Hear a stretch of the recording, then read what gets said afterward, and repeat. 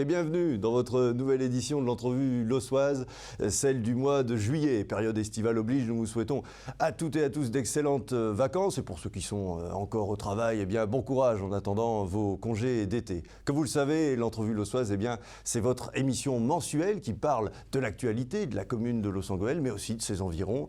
Et le mot environ prend tout son sens aujourd'hui puisque nous nous dirigeons vers la commune de Grenay. C'est à Grenay qu'a eu lieu le samedi 20 juin l'inauguration de la nouvelle médiathèque. Une médiathèque estaminée d'ailleurs, une journée d'inauguration chargée de pas mal d'événements, spectacles de rue, discours évidemment traditionnels. Et c'est l'occasion de revivre cette journée si particulière avec un reportage signé Jackie Bourgeois.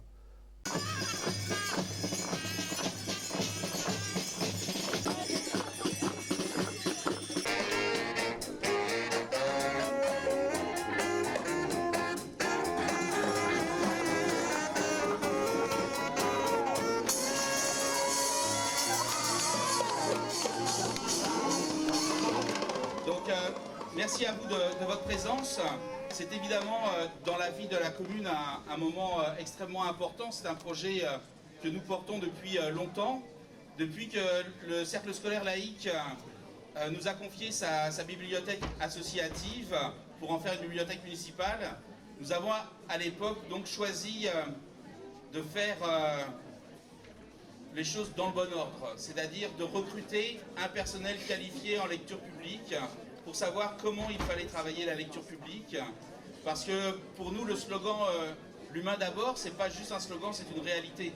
Nous sommes persuadés que ce ne sont pas les bons ouvriers qui ont de bons outils, mais que ce sont les bons outils qui sont le résultat des bons ouvriers. Et qu'il faut toujours investir d'abord dans la valeur humaine, dans la valeur du travail, dans la valeur du personnel, pour pouvoir construire des projets de qualité. Et je pense que ce résultat que vous voyez aujourd'hui est le résultat de tout ce travail.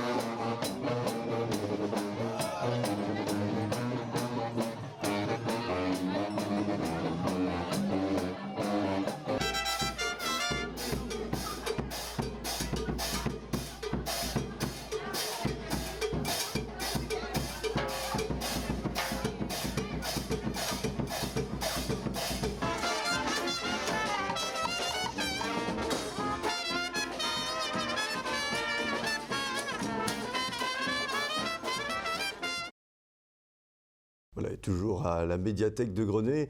L'après-midi était l'occasion de découvrir la médiathèque avec une visite organisée sur les lieux et puis également une petite pause l'après-midi dans le jardin municipal à écouter Bertrand Coq. Vous savez, ce célèbre comique patoisant, l'auteur d'une partie de Pécalio, entre autres, qui racontait évidemment quelques bonnes histoires. Je vous laisse découvrir quelques images, c'est assez drôle, vous verrez. Nous autres, les patoisans, on n'a pas une vie facile. Coraster, quand je dis à Chégin que je fais du théâtre, Chégin, ils font « Oh !» Quand je dis que je suis un patois, ils font « Oh !» Enfin, ça, c'est tout jusqu'à Danny Boone, le film de Danny Boone, que vous êtes tous allés lire. Tiens, on va faire un rapide sondage. Levez un petit peu la main, ceux qui ont vu le film de Danny Boone. Levez un petit peu la main. Non, pas les deux mains, madame. Ah, vous l'avez vu si coup. Alors, vous pouvez lever les deux mains. Alors. Merci. Merci. Là, un film qui nous a fait du bien, nous, un film de Danny Boone. Ça a redoré notre blason. Parce qu'avant Danny Boone, Chégin était persuadé que dans le Nord-Pas-de-Calais, on vivait sur la banquise, entouré d'ours blancs et de phoques. Et grâce à Danny Boone, ils savent que c'est pas vrai. Ils savent qu'on roule un gain à vélo et qu'on pisse d'un canal du haut de ses Merci Danny Boone. Je ne sais pas si vous vous souvenez du dernier que ça a été il y a quoi, 4-5 ans. On ne pouvait plus sortir du département sans qu'il y en ait un qui vous appelle Bilout. On avait à peine décroché ce caravane au mois d'août d'un terrain de camping, qu'il y en a un qui arrive en disant « Je peux vous donner un coup de bain, Bilout ?» La région, elle a vous donné 300 000 € pour ça. 300 000 € pour se faire appeler Bilout. Mais je le refais pour la moitié, hein, mais ils ont eu si qu'à demander à Danny Boone. En fait, c'est le jalouseté qui me fait parler, non, parce que ça m'a bien plu le film de Danny Boone. J'ai trouvé qu'il y avait des bons gags dedans. Tiens, le gag qui m'a fait le plus rire, c'est quand ils ont fait parler Lynn Renaud un patois. Ça m'a fait rire, ça. Lynn Renaud. Pendant 85 ans, on a demandé de nommer son accent du Nord, et à 85 ans, on a demandé de parler comme d'un Chécoret. Alors forcément, il y a eu un bug d'instiète, c'est sûr. Parce que, ravisez autour de vous, chez Jean, aussitôt qu'ils prennent un petit peu d'importance dans la société, parle-t'es plus patois. T'es des mains garçons. Mains garçons. On pourrait croire qu'avec un père patoisant, mains garçons, il parle patois. Eh ben non, il parle plus patois. Ses enfants non plus. Mes petits enfants, ils n'ont plus le droit de parler patois. Parce que mains garçon, il est devenu quelqu'un de bien. Mains garçon, il est décideur du monde économique. Mains garçon. Décideur du monde économique. Il n'est pas maître à ce maison, il est décideur du monde économique.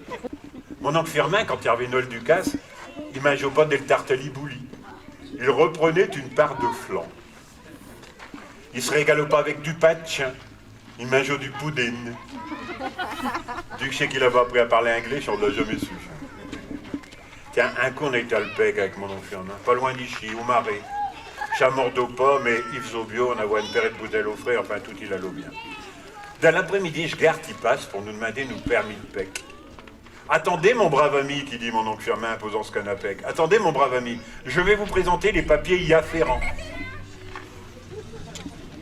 Je garde, il dit non, c'est seulement vos permis de pec que je veux, monsieur. Alors je vais bien qu'elle s'accroche au nez, ma tante Ginette, au coin d'elle tape.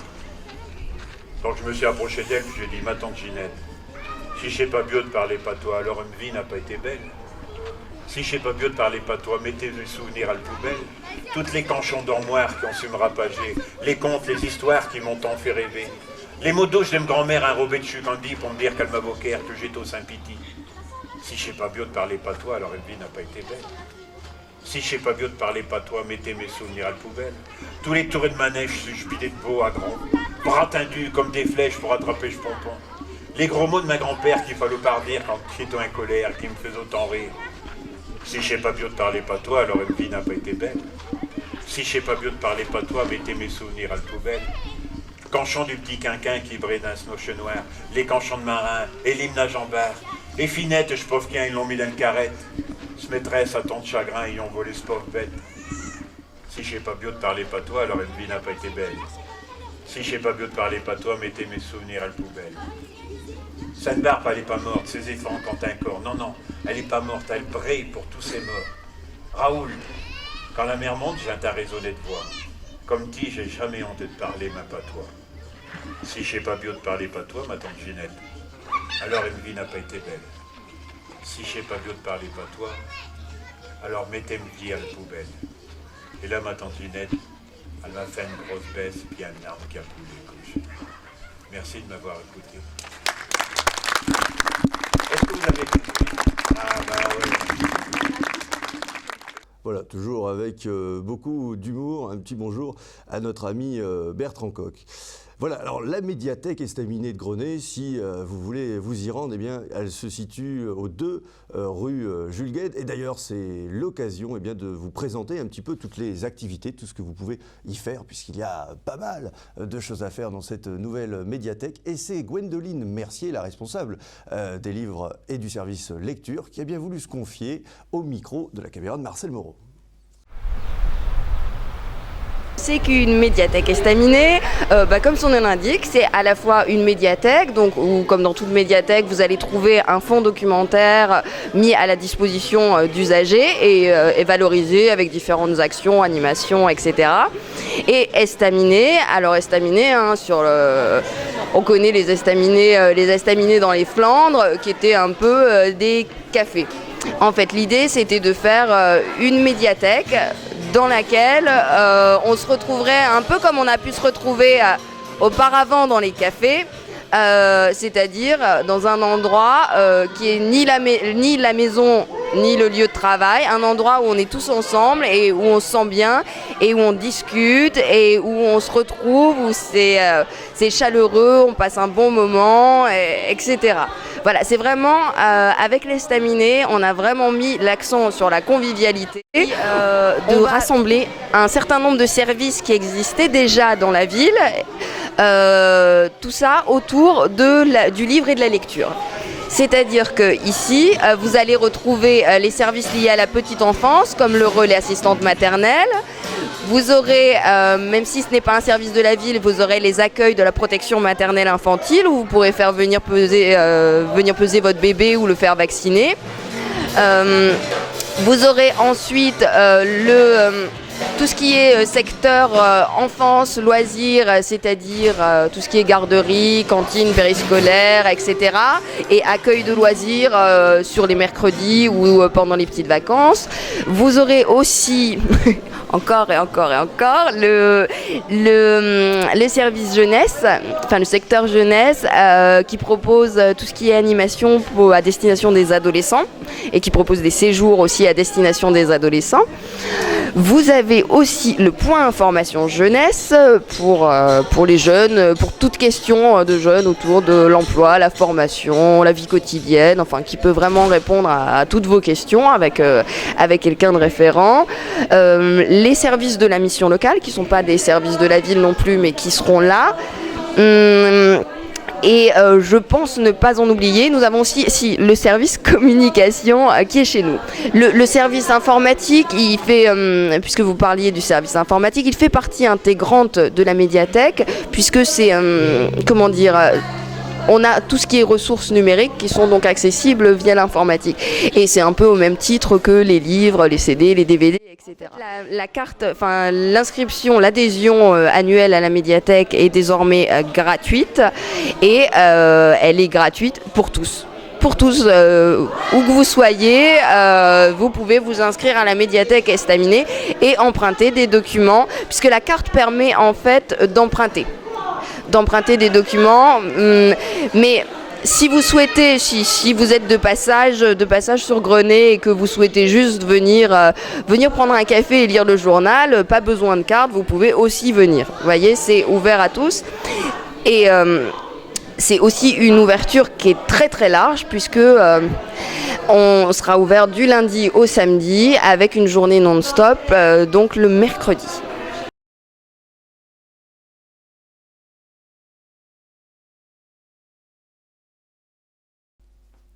Voilà, et un nouveau lieu culturel, toujours aussi sympathique à aller visiter. Alors n'hésitez pas, hein, je vous l'ai dit, l'adresse c'est 2 rue Jules Guesde à Grenay. Eh bien, direction maintenant notre commune, Loos-en-Gohelle, puisque c'est à Loos-en-Gohelle qu'a eu lieu le fameux Carotte Mob. Alors tout le monde connaît le principe du flash mob, où des gens se mettent subitement à danser. Eh bien, à Loos-en-Gohelle, c'est un petit peu différent, puisque le Carotte Mob, c'était une journée très particulière. C'est d'ailleurs une boulangerie loossoise qui a bien voulu se prêter au jeu. Et lors de cette journée, eh bien, tous les bénéfices engendrés par la boulangerie permettaient de financer, d'aider des actions écologiques œuvrant pour l'environnement. Ne vous inquiétez pas, tout le principe vous est expliqué grâce à ce super reportage signé Fabien Milon.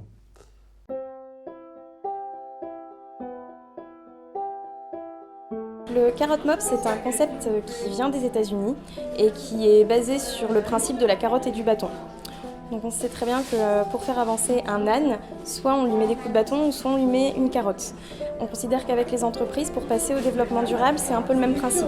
Soit on les soumet à des réglementations et à des taxes, ou soit on leur met une carotte, et là en l'occurrence on leur propose des moyens pour passer au développement durable. Et pour l'occasion, on a fait le tour des commerçants.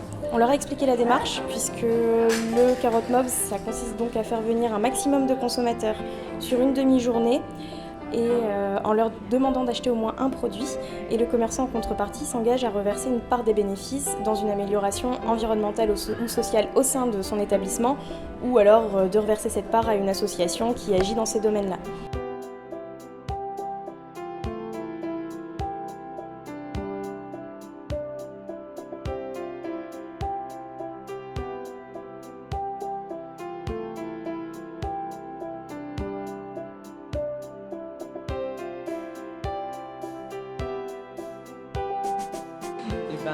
Tout d'abord parce que c'est tous les jeunes qui sont venus ensemble nous le demander.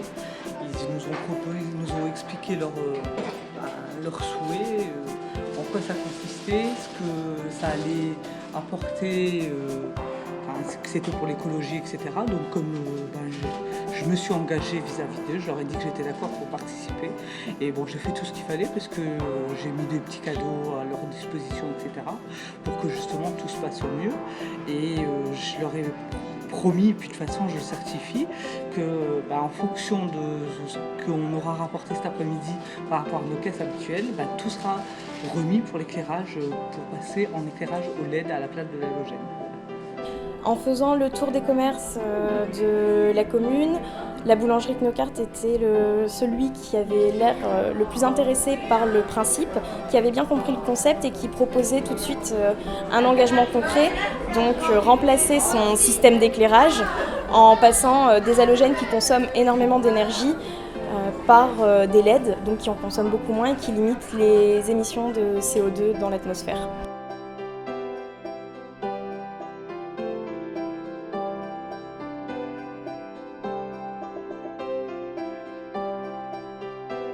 Alors cette action, on a décidé de la mettre en place après la visite du collectif Carotte Mob France. On y a vu une occasion, une opportunité de pouvoir impliquer la population et la jeunesse notamment sur les enjeux liés au réchauffement climatique, montrer que le climat c'est pas juste un sujet barbant qui concerne les hautes sphères mais que ça concerne tout le monde dans les petits gestes du quotidien comme acheter une baguette justement. Et donc pourquoi le centre jeunesse? Parce que justement l'implication de la jeunesse est pour pouvoir motiver aussi leurs parents, leurs grands-parents, avec tout un travail sur la décoration qui a été fait en lien avec le foyer logement et les goélands, le foyer de personnes handicapées, donc ce qui permet de tisser également du lien entre les différentes catégories de la population.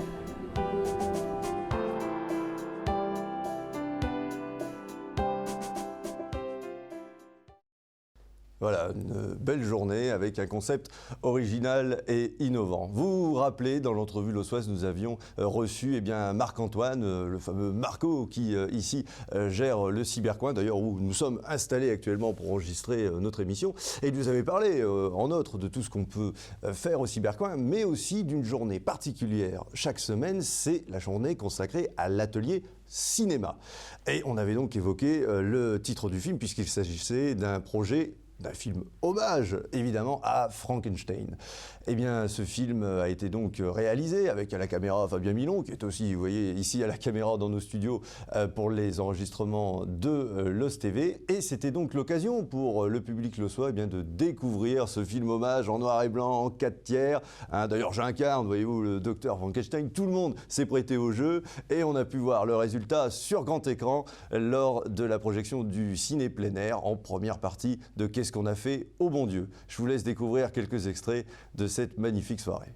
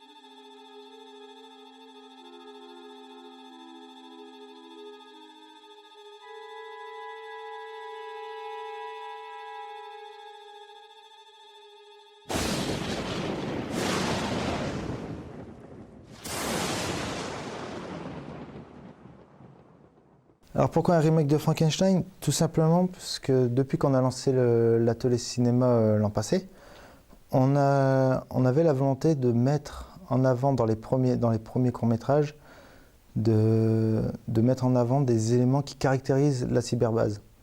Donc le premier film copié-collé, on a mis en avant l'aspect informatique, donc tout ce qui est ordinateur et manipulation informatique de base. Donc là, pour Frankenstein, on a mis le deuxième atout majeur de la cyberbase qui est l'imprimante 3D. Donc on a tourné un peu autour, on cherchait qu'est-ce qu'on pourrait faire avec une imprimante 3D. À part imprimer des petits objets en plastique, on a voulu partir sur des, comme dans copier-coller, une idée un peu plus poussée, un peu plus irréaliste. Donc on a cherché, on a creusé un peu l'idée, on a fini par trouver l'idée de est-ce qu'on pourrait créer de la vie avec une imprimante 3D. Et de là, créer de la vie dans un film tout de suite, on fait référence à Frankenstein. En fait, là, comme c'est un atelier, on ne fonctionne pas sur le système classique de casting et de recherche d'équipes professionnelles. Là, on travaille sur le bénévolat et sur la motivation de chacun à vouloir créer un film ou à créer quelque chose d'un peu artistique, enfin, surtout sur la volonté de s'amuser, voilà, tout simplement. À chaque atelier, on se réunit tous à la cyberbase et on parle, on se lance des idées, on rebondit sur chaque idée et tout ça. Et ça fait un peu un effet ping-pong. Et petit à petit, ça se met en place. Comme dans toutes les productions cinéma, l'atelier fonctionne par équipe, on va dire. Donc chacun peut soit faire l'ensemble du projet, donc commencer par le scénario et finir par le montage, ou si la personne préfère juste écrire des histoires, elle peut très bien venir que pour le scénario, ou si elle ne veut que jouer, elle ne viendra que pour jouer, on lui attribue un rôle, mais chacun peut très bien venir juste pour ce qui l'intéresse, que ce soit que pour le montage, la caméra, la prise de son ou juste l'écriture. Caméra OK. Plan 38, prise 3. Ça tourne.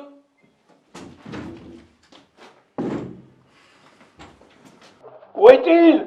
Où est le monstre? Vous ne le trouverez pas ici.